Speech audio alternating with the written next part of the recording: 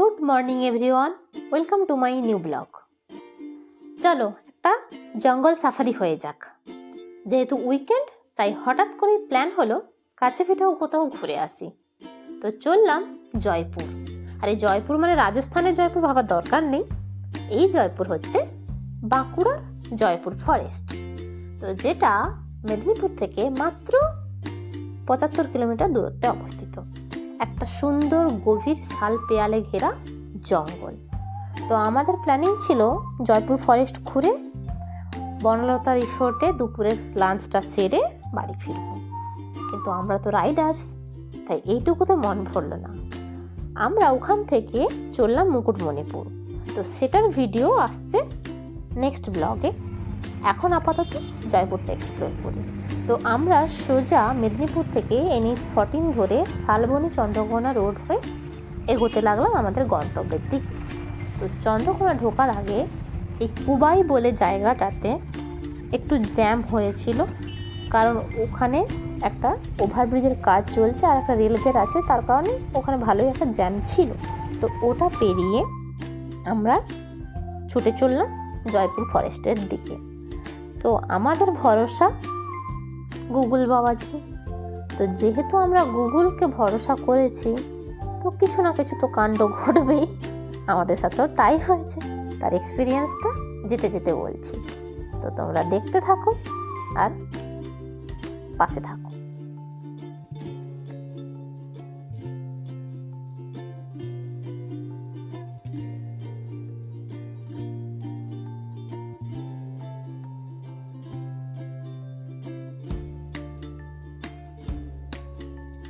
দুদিকে শালের জঙ্গল আর মাঝখান দিয়ে এই যে NHটা গেছে, সিনারিওটা কিন্তু সত্যি দেখার মতো।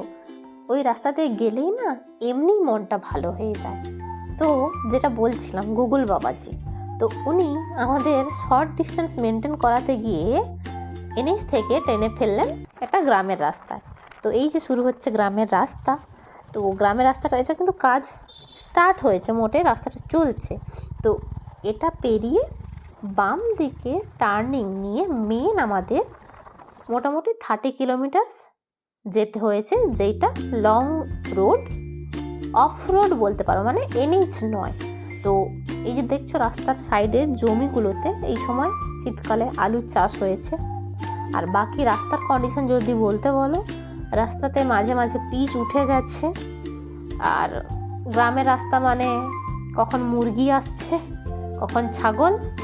এই যে দেখো রাস্তা আবার খড়ও মেলানো হয়ে আছে, সামনে তো আবার একপাল মহিষের দল। তো ওদেরকে পেরিয়ে আমরা চললাম আমাদের রিসোর্ট বনলতাতে। তো এই যে রিসোর্টে যাওয়ার আগে এই গ্রামের রাস্তাটা পেরিয়ে যতক্ষণে জয়পুর ফরেস্টের এরিয়াটা স্টার্ট হচ্ছে, এই রাস্তাটা সত্যিই একটা অ্যামেজিং ভিউ আছে। মানে এমনিতে রাস্তাটা নির্জন, তো এই থ্রিলিংটা আমরা অনুভব করতে পারছিলাম। তো এটা পেরিয়ে আমরা রিসোর্ট গেলাম।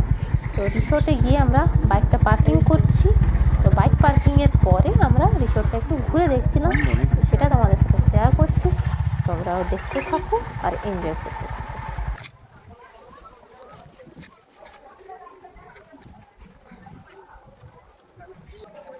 তো রিসোর্টে আমরা ঢুকেই দেখলাম ফ্রন্টেই কিছু মাসিরা সবজি কাটছিল। এগুলো ওই রিসোর্টে যে রেস্টুরেন্ট আছে ওখানে রান্না বান্না হচ্ছিল। তো বাকি দেখো তোমরা, রিসোর্টই তো, রিসোর্টে থাকলে থাকবে জিনিসপত্র ইয়ে টুকটাক আছে কিনবে। বাঁকুড়া এসছো আর এই ঘোড়া দেখবে না, এটাই তো এখানকার শিল্প।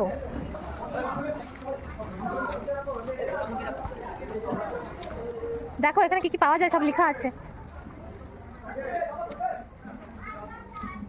ওয়াও, ফুলের বাগানটা দেখো।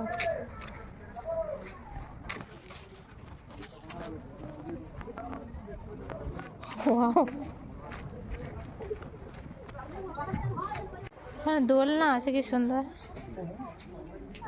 কটেজ কটেজ, সব হাঁসগুলো এখন উপরে উঠে বসে আছে চুপচাপ,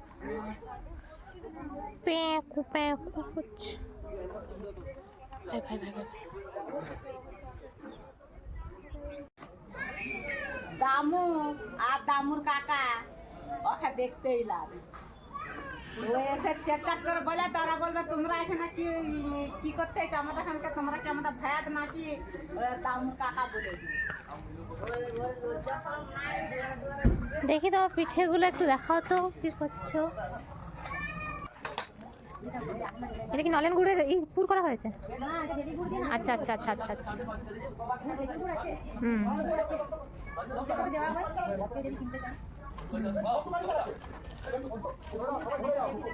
এগুলো কি এমনি বিক্রি এমনি বিক্রি?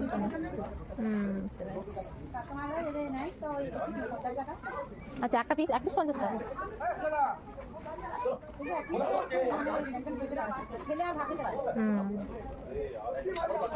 না না, এমনিতে তো ছোট ছোট সাইজের হয়, কিন্তু হ্যাঁ ছোট ছোট।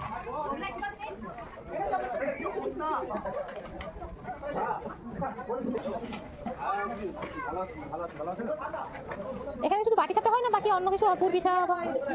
আচ্ছা আচ্ছা, এইবার তো শীতকালে মানে তো এইসবই চলবে। এরপর আমরা লাঞ্চের জন্য গেলাম, তো ওখানে আমরা প্লেন রাইস থালি আর সাথে নিয়েছিলাম ডাক বাংলো চিকেন। খাবারটা ওরা শালপাতাতেই পরিবেশন করেছিল। আর যদি রিভিউ চাও তাহলে আমি আউট অফ 10 আমি 6 দেবো এই বনলতা রিসোর্টকে, কারণ রিসোর্টটা একটু কস্টলি খাবারের তুলনাতে। তো সেখান থেকে বেরিয়ে আমরা চললাম আমাদের নেক্সট ডেস্টিনেশন ওয়ার্ল্ড ওয়ার 2 এর এয়ারবেস দেখার জন্য। তো তোমরা কি ভাবতে পারছো যে এত গভীর জঙ্গলের মধ্যে একটা অ্যানসিয়েন্ট ব্রিটিশ এয়ারবেস? তবে এই এয়ারবেসে যাওয়ার রাস্তাটা পুরোটা কিন্তু লাল মোরামের ছিল। চলো, ও ও ও ও ও ওতেরি ওই যে ওয়াচ টাওয়ার।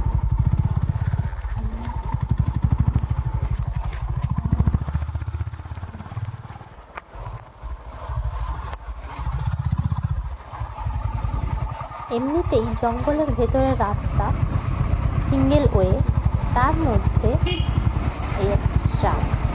তো যাই হোক, রাস্তাটা কিন্তু খুব স্মুথ ছিল না। তবে আমার partner, I mean my driving partner is very good at driving, so I do not take any চাপ। তো আমরা এভাবেই ট্রাকটাকে ক্রস করে এগিয়ে চললাম আমাদের ডেস্টিনেশন ওয়ার্ল্ড ওয়ার 2 এর এয়ারবেসের দিকে। তো যেতে যেতে রাস্তায় এই যে ছাগলের পাল দেখছো, এরা সমস্ত ওই জঙ্গলের চড়াতে নিয়ে এসেছিলো। তো আবার দেখলাম এই একটা জায়গাতে জঙ্গল থেকে কাঠ সব কুড়িয়ে নিয়ে যাচ্ছে। তো এই সমস্ত দৃশ্য দেখতে দেখতে আমরা যাচ্ছিলাম ওয়ার্ল্ড ওয়ার 2 এর এয়ারবেসের দিকে।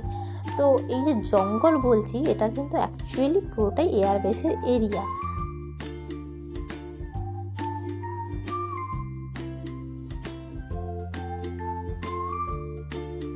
সমস্ত জঙ্গলের রাস্তা পেরিয়ে আমরা পৌঁছে গেলাম আমাদের মেন স্পট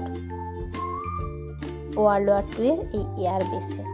তো এখানে মোটামুটি এই 3-4 কিলোমিটার জায়গাটাই ফাঁকা রয়েছে, গাছ হয়ে যায়নি। তো স্থানীয় লোকেরা এই জায়গাটাকে বলে চাতাল। একটা জিনিস কথিত আছে না, যে nature is the mother of everything. তো সেটার প্রমাণ আজকে আরও একবার পেলাম। একটা সময়ে একটা বড় জঙ্গল কেটে তৈরি হয়েছিল এয়ারবেস, আর আজকে দেখো সেই এয়ারবেসটাই আবার জঙ্গলে পরিণত হচ্ছে। নেচার নিজে নিজেকে হিল করছে। তো চলো, আজ এই পর্যন্ত, দেখা হচ্ছে অন্য কোনো দিন নেক্সট ব্লগ নিয়ে। তোমরা যারা আমাকে ফেসবুক থেকে দেখছো, তারা এই ভিডিওটি ভালো লাগলে ফলো করে দিও, লাইক শেয়ার করে দিও। আর যারা ইউটিউব থেকে দেখছো, সাবস্ক্রাইব করে পাশে থাকো। চলো, টাটা।